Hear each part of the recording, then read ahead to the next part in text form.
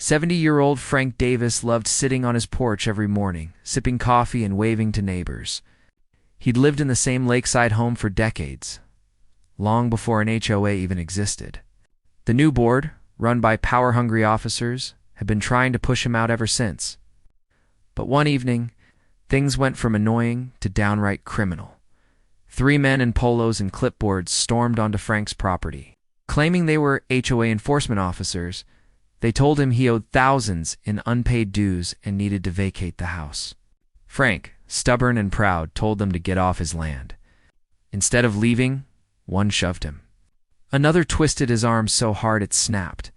Frank crumpled to the ground in pain while the impostors fled.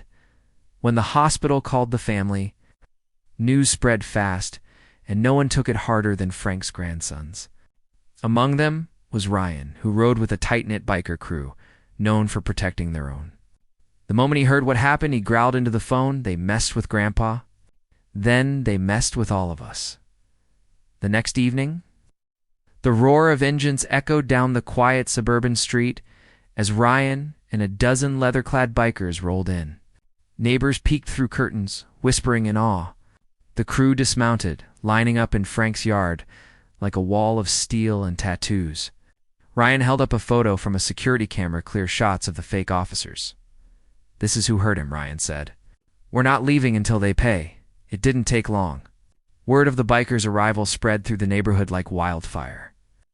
And the imposters, who turned out to be con men hired by a shady HOA board member, were quickly identified. One of them foolishly drove back into the subdivision, only to be surrounded by growling motorcycles. Ryan leaned into his window, voice low and dangerous.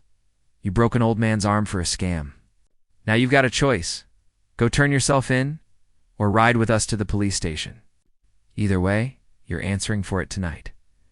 Shaking, the man agreed, and the bikers escorted him in a thundering convoy straight to the county sheriff's office. The others were picked up within days thanks to the evidence Ryan provided. The HOA tried to distance themselves from the criminals, but the truth came out in court. The corrupt board member was stripped of his position. Frank's medical bills were fully covered. As for the neighborhood, it changed forever. Everyone knew now that Frank wasn't just a frail old man on a porch. He had family who would ride through fire for him. And thanks to his biker grandsons, no one dared bother him again.